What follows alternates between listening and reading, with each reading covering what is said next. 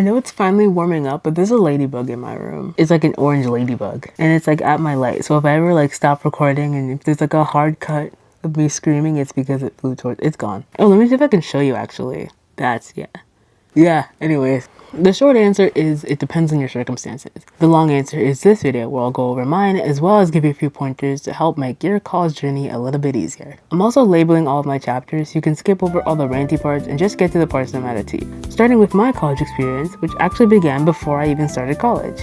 If you're in high school, you probably heard of dual credits or post-secondary enrollment options, otherwise known as PCO. It's basically taking college level credits while in high school. It's not the same as AP because in AP you have to take a test at the end of the class to make sure you get the college credit, where this is just a regular class, and if you pass, you get the credit. It's only really offered to you in your junior year, so I took part-time in my junior year and full-time my senior year. Since I already knew what I wanted to be, this helped me take all of the classes that corresponded to my degree, so now that I'm in college, I have a really light schedule. I'd say the biggest con with dual credits is the disconnect you can have with other students. If the high school experience matters to you, seeing friends, having that community, or maybe your school offers IB, and even though you worked hard to maintain your grades, you're not an IB student, so now all your smart friends get to sit in the front row with their little medals, and if you feel like you made the wrong choice. But to be honest, the only time the high school experience ever really matters is high school.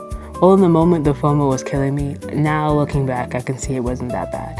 As long as you manage your time wisely, you can actually have a lot of time to grow yourself.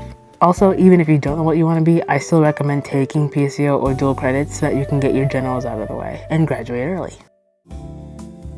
Before we go over applications and scholarships, we have to pick the college that's best for you. Here's some things that I think are important besides acceptance rate, tuition, and ranking. Location. I've always grown up pretty suburban, but when I picked my school, I chose a very rural one. Why? Because it was cheap and it had the class that I wanted. But looking back, I ended up realizing that rural life is not meant for me. If you enjoy rural life, you'll probably thrive in a college town, but if not, make sure that the college you're going to isn't a place where the only thing to do isn't the college. However, remember that when you pick a school that isn't a college town, the tuition can spike purely because of the location. Not saying you can't prosper in a college town. If you found the right community, things can be great, which leads to my next point, community. If I were to generalize everyone in the institution, I would say the location or type of school determines the community there. For instance, a rural community is most likely to have rural, country-like people, and a city school might have a lot of commuters, which can make it hard to connect with people. While again, this is a generalization and you shouldn't deny or accept a school purely based on community, it can be a factor you can forget about until you get there. However, heed this warning. The people in a school, especially the people you choose to interact with, will make or break you. If you want a productive college life, spend your time around productive college people. And please, for the love of everything holy, do not rush into relationships. I'm specifically talking about friendships, but I do mean partners as well. Allow room for somebody to just be a classmate or an acquaintance, and get to know them before putting them down as your friend. Trust me, speaking from experience, you don't want somebody who should have had a temporary spot in your life overstay their welcome. Next up, I guess lastly, school schedule. This one's vaguely important. I for one chose my school because it used semesters. Some schools still use trimesters, and you should check that out. And also because it has pretty decent breaks. We start in August, get done in May, and have a whole month off for winter break. Especially if you have siblings and parents who want to plan vacations for like spring break, check to make sure your breaks align. And if you're able to, visit your college. There are schools that sound good on paper until you view the surrounding area. This, as well as taking a guided tour of your college, can let you in on things that you might not have seen. And finally, there are differences between in-state and out-of-state colleges. If it's not an in-state college, check if there's reciprocity benefits. This basically means that you can be treated as if you're an in-state student with things such as tuition if your home state is neighboring or nearby. Application processes are honestly really simple. If you plan on applying to more than college, I recommend having a base doc of everything you'll need for the application, then being able to alter things such as your personal statement depending on what the school is asking for. Here's a real quick speed run through everything, a bit of transparency because this is a transfer application. Every school usually asks for your personal info, your intended program, your school info, residency, your essays. This is where you have that base personal statement that can be altered depending on your school, and some general tips for your personal statement are: be passionate but organized. You can talk about your struggles and issues, but don't make it a sob story. Show them how you thrived or persevered even in certain circumstances and how you'll thrive at their school. However, don't tell them things they already know. You will definitely be putting down your GPA or that you did AP and was in a certain program, so don't add them, or if you do, don't make them the focal point of your statement. extracurricular and work experience, test scores, honors college, and finally, your signs and fees. College applications can usually cost anywhere from $20 to $80. Applying can get pricey, especially if you do dual credits, in which you might have to send your college transcripts through Parchment, which is about $10 per transcripts. In some cases, I've spent around $100 for each school. Although if you're in high school, there's usually a lot of opportunities to get your fees waived, so talk to a school counselor, especially if you need the financial help.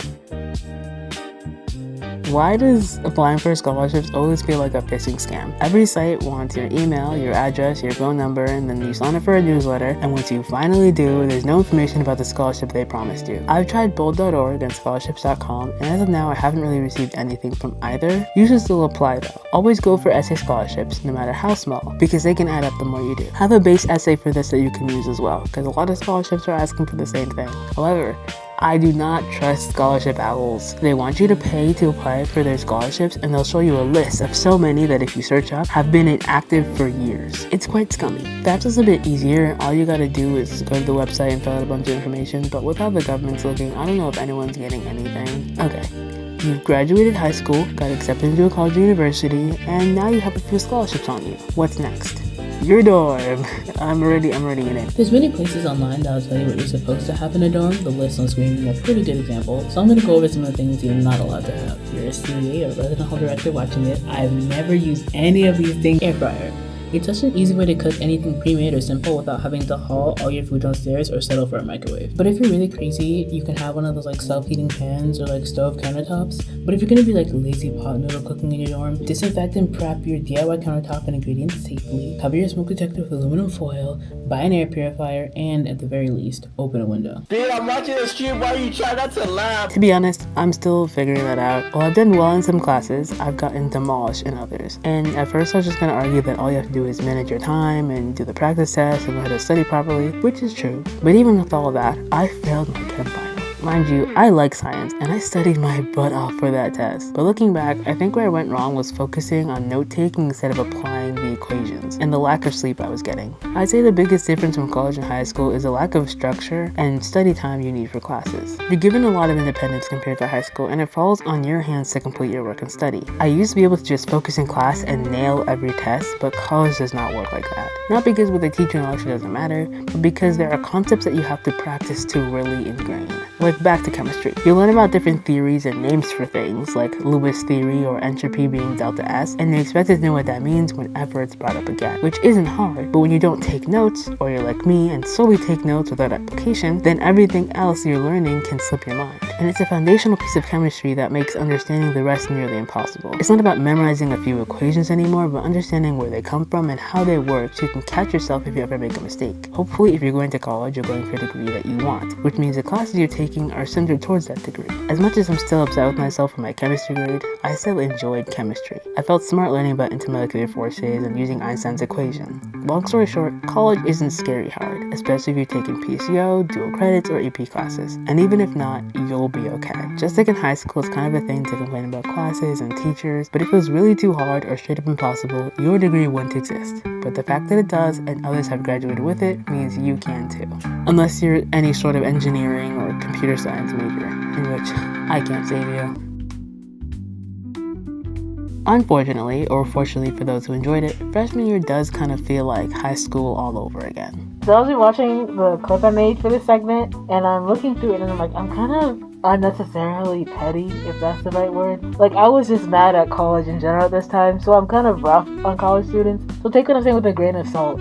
It is true, like, it does happen, but, like, chill. Also, I don't have my mic with me, so if this sounds off, that's why. For some, this is their first chance at freedom, and they become the most obnoxious people you'll ever meet. While not everyone sucks, sometimes it can feel they get outweighed by those who puke in the bathroom stalls, leave their hair all over the showers, and go around stealing people's door decor or straight up having sex at 3 p.m. in the afternoon. I would argue the most important thing about college is to not forget who you are and why you're there. Yeah, getting blackout drunk in a room full of strangers might sound fun, but you have midterms tomorrow. I'm not saying don't have fun. I personally have just never been a fan of partying, but if you don't learn to manage your time, you will fail.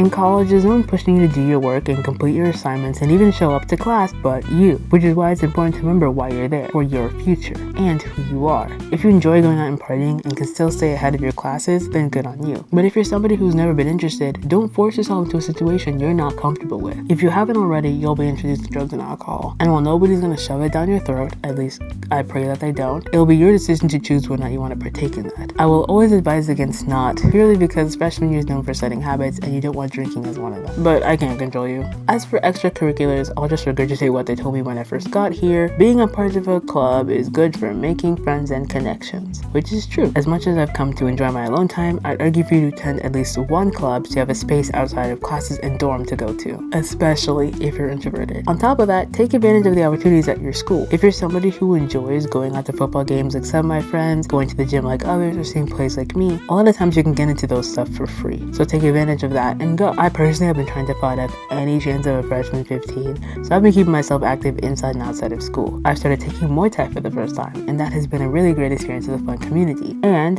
back in January, I was in my first ever play. It was more like a comedy skit, but it was still very fun, and I might consider doing something like that again. Either way, just make sure you stay or start being active. I'm somebody who was once a hobbit. If I can do it, you can too.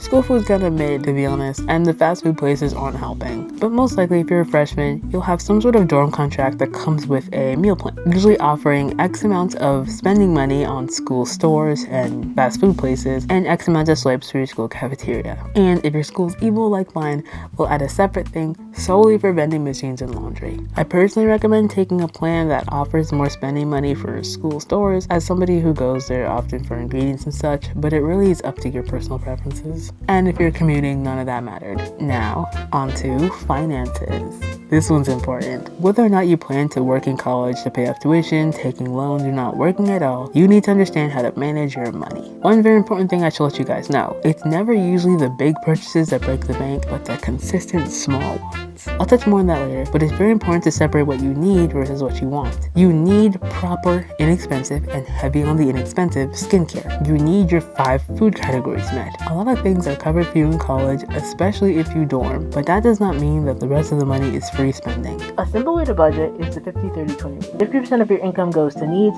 30% goes to wants, and 20% goes to emergencies. Budgeting does not mean that you can't have nice things. Just remember to switch out your Walmarts, Targets, and Amazons for Goodwills, Burlingtons, and Dollar Trees. You'll be surprised how many finds you can get. Here are my list of cheaper alternatives, at least where I'm at, that you can look through when you're dorm shopping. Let mainstream shopping places be your last resort. For reference, I went to one of those Goodwill outlet boxes and got I think I got this shirt as well, but I got 15 articles of clothing and I spent $35. Another thing that's really important is financial boundaries. You might get people who go out to eat every day, buy drinks or snacks pretty regularly, and as much as you can feel left out by not buying things when others are, don't feel like you need to keep up with them, especially financially. These are the small purchases I was talking about that will leave you broke. Everyone is in a different spot in life. Maybe they're given money to spend on food each week. Maybe they have a job or 2 jobs. It might feel obvious, but I feel like the financial peer pressure is one of the peer pressures that everyone falls for, but nobody talks about. And not just wanting name brands, but when you go out with friends and order food because everyone else is ordering food,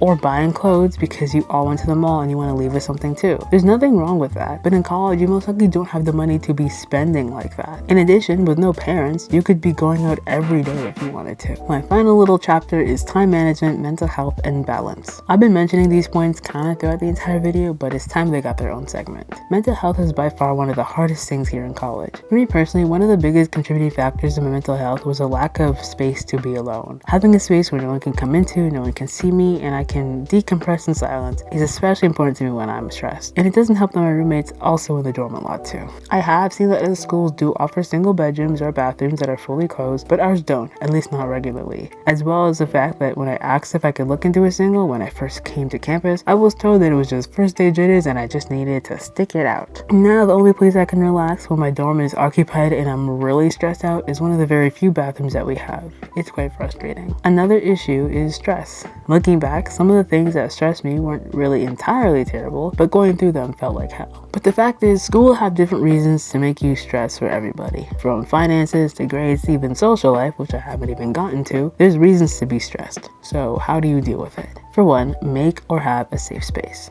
someone you can go to and call, talk about your issues, and can give you proper feedback and support. For me, it's usually my parents and a few close friends, but I know I could call up my aunts and cousins and they would listen. As much as confiding in friends is nice, having an older adult who knows what it's like and can walk you through it is so reassuring. On top of that, staying on top of your classes so you're not working until midnight, and have a good sleep schedule. Planning days that are for you, like a self-date or a mental health day, is so important. Even if it's something small like taking yourself out to go on a walk or something, it makes school a lot more fun. I recently planned a trip with friends last weekend and it was pretty fun. At the end of the day, college is just another phase of life. Just like how high school might be scary to middle schoolers, college might be to you. And ending college is for some of the students here. However, I would say keep your head up. Nothing's impossible. College can be what you make it. As long as you stand strong and while you're there, I'd say even the hard times won't uproot you. I wish you the best whenever you choose to pursue, or if you don't pursue college at all. And that's all I have for you. You know, I was really hoping to myself that I'd get this video done before I graduated,